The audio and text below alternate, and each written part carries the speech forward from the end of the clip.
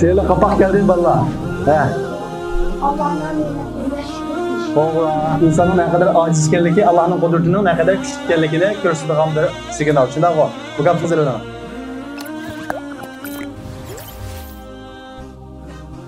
Biz bugün kisel hakkında azroq to'xtalaylik, chunki ba'zi yosh bolalar shunda anglab qoldim. Alloh taolo insonni mukammal yaratib degan tursa, inson nima uchun kasallab qoldi? Alloh taolo mukammal yaratgandan keyin inson kasal bo'lmaslik kerak emasmidi? Masalan, bozorga berib bir tal to'nglat qoldik yoki telefonni birini oldik. Sotquchi bizga bu telefon, anda telefon, yaxshi telefon, nihoyat puxta ishlangan telefon deb sotdi. Akilib ishlatdik. Bir oy ishlatgandan keyin u telefon buzilib qoldi. Unda qolsa, u sotquchi alg'aytgan bo'ladi, bo'lmamdi. Bo'ladi. Shundaqmi? Chunki u yaxshi ishlamadi, buzilib qoldi.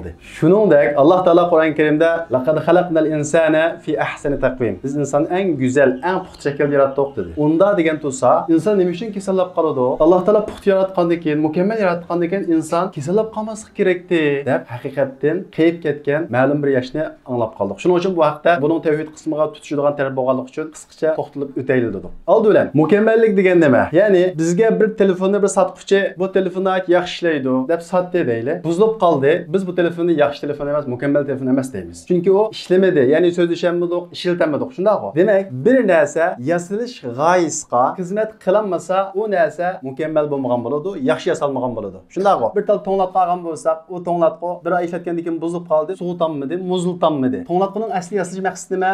Muziltish. Muziltanmagandan keyin u to'nglatqa yaxshi yasalgan to'nglatqa bo'lmaydi. Shundaqmi? Endi insonning kasallab qolganligi zodi uningki mukammal yaratilmaganligi mo deganda oldi bilan o'xshash savolni buni qo'yamiz. İnsonningki yaratilish g'oyasi nima? Alloh taolo insonni nima uchun yaratdi? Kasal bo'lish insonningki yaratilish g'oyasiga to'sqinlik qilamdi. Oldi bilan Alloh taolo insonni nima uchun yaratdi? Ya'ni insonningki dunyodagi mavjudlik g'oyasi nima? Inson nima uchun dunyoda bor? Nima uchun yaratildi? Qaysiga javob bermoqsizlar? Ha.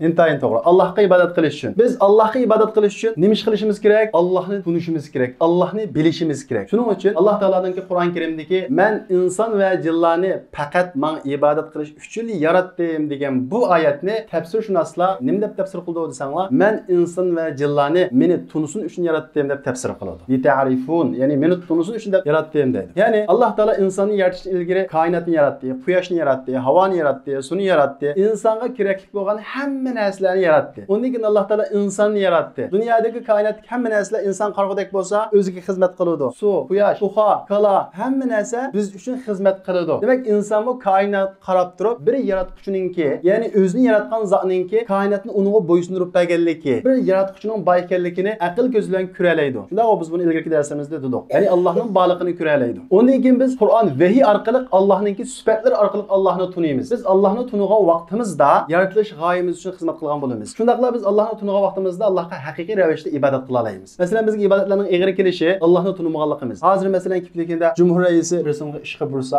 3 kunlik ishlasa, voy sharaf bilib qilislar uni. To'g'ri chiqarib, shundaqo. Chunki bir Cumhur boshqarmasini ishga burdi. Uni cho'ng bilislar. Shundaqo. Alloh taolo buyurgan 5 vaqt namoz egri keladi. Nima uchun? Biz Allohga ishonamiz desakmi, Allohni loyiqli tunumaganligimiz uchun, Allohga bo'lgan tunishimiz tufan bo'lganligi uchun, u tunishimiz bizni ibodatga ittiranmayotadi. Agar biz Allohni o'z loyiqida tunusak, haqiqiy sifatlar bilan tunusak, amal ibodatlarning hech qaysi egri kelmaydi. Demak, bizningki koinotdagi mavjudlik g'oyamiz nima? Allohni tunish. Bizningki yaratilish sababimiz nima? Alloh bizni nima uchun yaratdi? Allohni tunish uchun. Biz Allohni tunugan vaqtda Allohga haqiqiy ravishda qila olamiz, ibodat qila olamiz. Endi kasal bizning shu yaratilish g'oyamiz bo'lgan Allohni tunishga to'sqinlik qilamdi. O'ylab baqadigan bo'lsak, agar inson kasal bo'lmasa, Allohning shafi, shifolik bergichi degan sifati nereden biladi? Allohning bir sifati bor. Bu Alloh taolo insonga shifolik beradi. Badaningizni nurg'ulg'an hujayralar, qonli mikroblanadi. Alloh taolo uning sizning xabaringizga shifolik beradi desa, inson buni qilmaydi, shundaqmi? Hatto sog'liqning nima ekanligini bilmaydi. Agar kasal bo'lmasa, sog'liq degan narsaning nima ekanligini bilmaydi. Kasal bo'ladi, inson, ha, sog'liq deb bir narsa bor ekan. Sog'liq qo'limizdan chiqib ketsa, unga shifolik beradigan Alloh ekan deb Allohning Shafi ismini tunuydi. Kasal orqali. Demak, kasal orqali Shafi ismini tunusa, bu kasal bizning yaratilish sababimiz bo'lgan Allohni tunishga xizmat qildimi, qilmadimi? Demak, bu nuqtadan kasallik bizning mukammalligimizga ta'sir yetkazuvchi omilmi ekan, balki bizning mukammalligimizni ko'rsatadigan omilmi ekan? Bizning ko'rsatadigan omil. Nima uchun qardoskiga oq borda xat yozdik? Agar men qardoskiga qora borda xat yozsaq, xat ko'ramdi, ko'rmaydi. Chuqum oq yozishimiz kerak. İnsan kasal bo'lmasa, saqliqning nima ekanligini bilamdi, bilmaydi. Har bir narsa ziddi bilan bilinadi. Kecha kunduz bilan, yaxshi eski bilan. Ya'ni bizningki kasal bo'lishimiz dal bizning yaratilish g'oyamiz bo'lgan Allohni tunishga xizmat qiladi. Bu nuqtadan Alloh taolaning insonni mukammal yaratdi degan bu oyatiga insonning kasal bo'lishi zid kelmaydi. Bu birinchidan. Ikkinchidan, inson kasal bo'ladi. Ammo shifolikni kim beradi? Alloh beradi. Kasal bo'lamiz ya qo'limiz sinib ketadi, doktorxonaga boramiz. Doktorxonaga borsak, doktor tengib qo'ydi qo'limizni. Shundaqmi? Ammo shu vaqt chiqib bilan qo'limizni saqlayamdi, saqlaymaydi.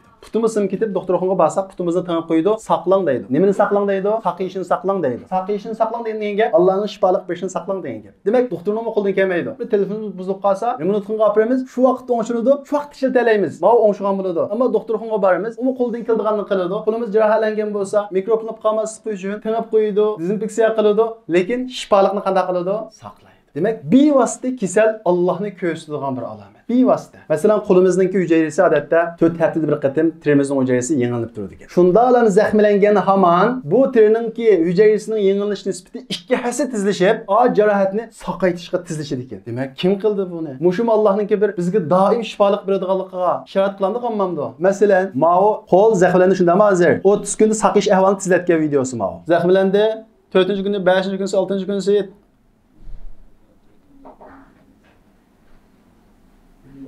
33 kunda saqaydi. Kim saqaytdi uni? Alloh saqaydi. Qulog'ingda bir narsa kesilib ketsa, ichingni pushilib shundaq-ku. Ammo Alloh taolo nima uchun shundaq musibatlarni beradi? O'ylansinmi bendan? Kim beradi bu shifolikni? Alloh beradi. Demek bu kasallik Allohning Shafi ismini ko'rsatadigan omillarning birisi. Hargizmi insonga nisbatan kamchilik emas, Allohga nisbatan, Allohning xalq yaratish sifatiga nisbatan hargizmi nuqson emas. Undan boshqa kasallikning nurg'un hikmatlari bor. Ya'ni inson kasal bo'lmasa, saqliqningki bir ne'mat ekanligini hargiz his qilolmaydi. Masalan, hanim bo'lsa Alloh taolo menga ko'z urib deganda bir aslan shukr qilib baqdingmi? Hech qachon. Hanim bo'lsa Alloh taolo bu tam sezgisini berib deganda Allohga shukr qilib baqdingmi? Shukr qilib baqdingmi? Bir korona bo'ldi. Koronalar saqaygandan keyin, bu ajab bu tam sezgisi bo'lmasa hech narsani ham bo'lmaydi ekan ya. Bir korona bo'ldi, bu puroq sezilgan ajoyib ne'matga ya. Koronadan ilgirinmaydi ya. Bizning tam puroq emas. Raqatim shukr qilib baqanman Alloh taologa. O'ylamaqli, g'aflatda yashaqliq biz. Bir korona bo'ldi, u tam sezgisiningki, puroq sezgisining ne qadar muhim ekanligini his qildi. Hatto bir odam bir kunda 20-30 qatim nafaslandi ekan. Qaysini nafaslanganligini qarta Allohga shukr etib baqdinglar. Korona bo'lib, jiddiy qutqizishga kirganlar qattiq shukr qilinglar bunga. Shu nafas yetishmay bunga yangi sağa vaqtida bir rahat nafasining ne qadar ne'mat ekanligini bu vaqt tutunmoq. Demak, kasal bizga Allohning ne'matini qanday qiladi? Unutadi. Hozir qaysimiz ey Alloh menga börek berib ekansa, ey Alloh menga jigar berib ekansa, ey Alloh menga o'pka berib ekansa bunga shukr qilmoqlik. Ammo shunda alam chiroyimiz saqirib qolgan vaqtida doktorxonaga borib tekshirsak, C tiplik yoki B tiplik jigar kasallik gripda olibsiz degan hamallam u jigarning bir ne'mat, bir in'om ekanligini his qilamiz. Agar faqat kasal bo'lmasa, bu narsaning ne'mat ekanligini his qilolmaymiz. Masalan, ba'zida ulug'ma hozir yoshlarda hayotdan zo'q olmaydigan, hayotdan zirkadigan manda bir xil ahvol mavjud. Bu nima uchun bo'ldi degan vaqtida, sizga Alloh taolo hech qanday musibat bermagan vaqtida, tutqulingiz saq vaqtida mo'shunda inson tuz ko'rib qoladi. Inson ne'matni his qilmagan vaqtida, shukr qilmagan vaqtida kufrlik keladi. Shukr bilan kufr dal qarama-qarshi. Bir odamda ne'matni tilib uning qarta shukr bo'lmaydigan darhol keyin kufr keladi. Ya'ni tuzkorlik keladi. Masalan, nurg'ulg'an yoshlar hayotdan zo'q olmadim, ichim pushib ketdi, ichim titilib ketdi deydi. Agar shu yoshga, shu vaqt bilan bir kasalga diagnoz qo'ysa, qana siz ya C tiplik ya B tiplik kasallik gripda bo'libsiz desina, nada qoldining zirkishi, nada qoldining his qilishi, mushi kasaldan bir saqib olsam, men eng baxtli odam bo'ldim. Shuna emasmi? Shunda bo'ldi. Masalan, Turkiyada birisi hayotdan zo'q olanmay, lazzat olanmay o'zini o'ldirmoqchi bo'ldi. O'ldirib olish oldida 13 minutlik video chekib, uni YouTube qo'yib, undan keyin o'zini o'ldirib oldi. Bu YouTube'da o'zini o'ldirmagaya yo'q, qolgan so'z degan narsasi bor. Bu videoning ostidagi bir inkas o'yinib baxshingiz arziydi. Deydi, bir bola yozibdi buni. 17 yoshimda sochlarim döküldü. 17 yoshimda chechim tushib ketdi. Kel qoldim degan taqir qoldim degan gapmi? Paynak bo'lib qoldim. Shu odamdagi sirmi sochlar banda olsaydi, o'zini o'ldirib olgan odamdagi shu quyuq chachli menda olgan bo'lsaydi, har holda dunyoning eng mutlu insonlaridan biri olurdum. Balkim Davud Tajim hozir shu boladagi chach men bo'lgan bo'lsa deb umid qilishim mumkin. Ammo qaysinglar, "Mening bo'z chechim qilib shukr qilib baqdinglar." Buning qadrini Davud Tajim biladi. Demek, ma inkas yazgan balımı, adamın hayatını zikip yüzünü öldürüp ağırlık qarab, kaşki muşu adamdaki çaç mende boğan bolsaydı, dünyadaki en baxtli insandan birisi bulat deydi. Lekin yüzünü öldürüp ağırlıkçı. O nimetini his kılaldı mı? Kılanmadı. agar o ne'mat his qila olgan bo'lsa, asla va asla o ishga jur'at qilmaydi. Demak, insondagi yashildagi ba'zi ichsiz qilib qilish, zirkib qilish, shu tuzkorlik tufayli, shukr qilmaslik tufayli, ne'matni tuniyamaslik tufayli bo'ladi. Davomida yozibdi bu bola. Aslında her şey elindekinin diğerini bilip bilmemekten geçiyor. Aslında hamma şey o'zimizning qo'ldagi narsaning qimmatini bilmaslikdan kelib chiqadi ekan. Demak, kasal, musibat o'zimizning qo'ldagi ne'matning qimmatini bizga tuntudi. Masalan, tishimiz og'rib qolsa, doktorxonaga borsak, qimmat pulga tishimizni bir yasab qo'ysa, tishimizni cho'tkilaga boshlaymiz. Tishimizni ota-onamiz cho'tkilanglar desa, unutmagan bolalar bir qatim tishini davolagandan keyin ertasi tishini cho'tkilaga boshlaydi. Ilgari batya tishinglar bir qatim musibat kelgandan keyin his qildiganga. Uningdan boshqa kasal insonninki naqadar ojiz ekanligi, Allohning naqadar buyuk ekanligini ko'rsatadigan alomatlar. Mesela 2 yıldan beri hemmimiz öygü sonlap, devlet reislerinden taat, hemmisi maskalını takap, kol elişip küreşmeyi kokşap kettik. Nimeden koktuk? Bir divi geldi mi? Bir mehluk geldi mi? Közülen kögülü bulmaydıgan, mikroskoptumun aç, yoğunluk kögülü bulduğun kiçikkine bir virüs tüpeyli şunda kokap kettik. Kene dünyadaki terakki kılan biz küçülgen devletler. Kene tekniki terakki bir yere bağlı dedi ya, kiçikkine bir virüs bizi şunçılık kılıvetti. Bunun davası tepelişi mümkün, lekin yeni bir sıkırışı mümkün. Demek insan nege basın, kançılık küçülük kessin, Allah'ın kudreti aldı da ene şunda aciz. Vakti kelgan vaqtida biz küçük deganlarni qo'rqib bir yerga kelmaydigan holga kelamiz. Demak, bu Allohning bir oyati. Kasalmi Allohningki bog'liqligini ko'rsatadigan bir ishorat. Undan boshqa kasal va yoki shunga o'xshash ba'zi musibatlar bir banda ba'zi xatolikka tushgan vaqtida agar Alloh taolo u bandani yaxshi ko'rsa, ogohlantirish, shayniga qaytirish uchun avatidir. Shunga bir musibat kelsa, o'zimiz kelsa, bir ishni xato qildimmi? Bir yo'lda xato menyotamdim deb o'zimizni hisob berishimiz kerak. Alloh taolo Qur'on Karimda: "Va laqad arsalna ila umamin min qablik fa akhadnahum bil ba'sa'i wad-darra la'allahum yatadarra'un." Biz sizning ilgirki ummatlarga, xalqlarga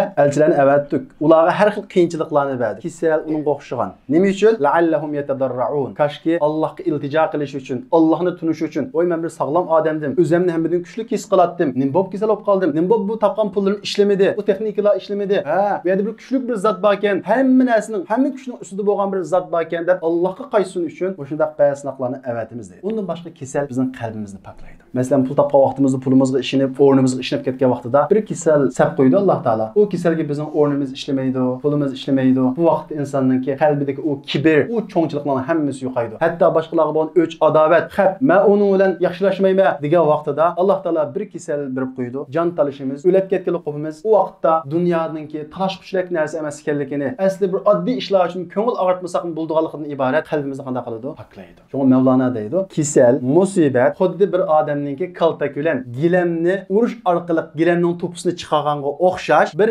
insonni uning qalbidan kirlarni chiqaradi deydi. Bir odamningki kaltakulan gilamni o'g'iltig'ini ko'rsanglar, u odam gilamni jazolab o'tibdi deb o'ylamsizlar? Uning to'pisini qiqib o'tibdi deb o'ylaysizlar?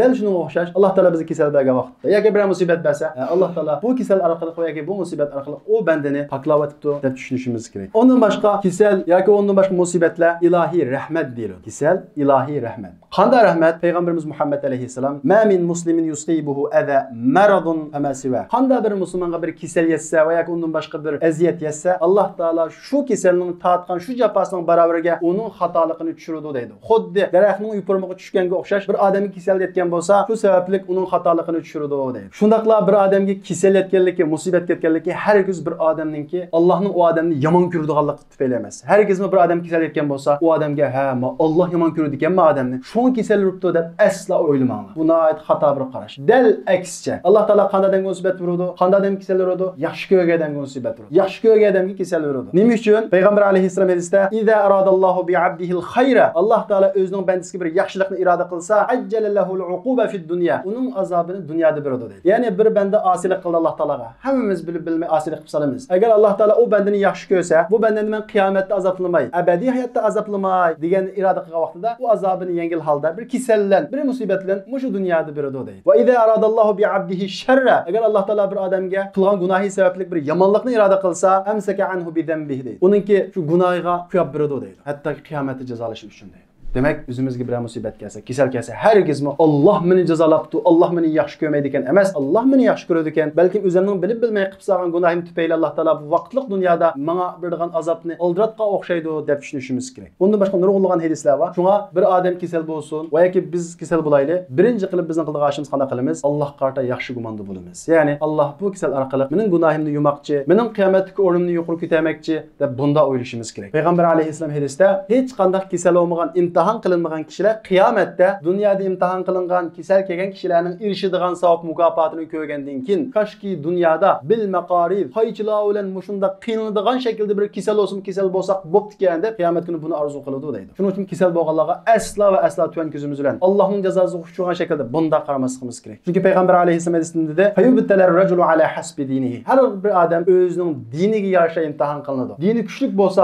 uning ig'ir sinoqlarni beradi. Ojiz bo'lsa, shunga mas holda sinoqlarni beradi. Eng qattiq imtihon qilinadigan kim? Al-anbiya, payg'ambarlar deydi. Ikkinchisi, kasal bo'lgan vaqtida bizning qiladigan ishimiz sabr qilish bilan birga uningdan savob kutishimiz kerak. Men sabr qilaman, isyon qilmayman. Alloh taolo mening qilgan bu sabrimga Alloh taolo menga ajr beradi. Hadisda deyilganda qiyomatda mening o'rnimni yuqori ko'taradi degan bu ishonch bilan bo'lishimiz kerak. Uchinchisi, hargizmo umidsizlanmasligimiz kerak. Kasallikka Alloh taolo shifolik berishidan umidsizlanmasligimiz kerak. Chunki payg'ambar alayhisalom hadisda har qanday kasallikki dorisi bor, illal haram. Faqat qiyliqning dorisi yo'q dedi. Dorisi chiqmagan kasallikki dorisi yo'qligini bildirmaydi. Balki texnik dorisining tepilmaganligini bildiradi. Payg'ambar alayhisalom hadisda har bir davoninki dorisi bor dedi.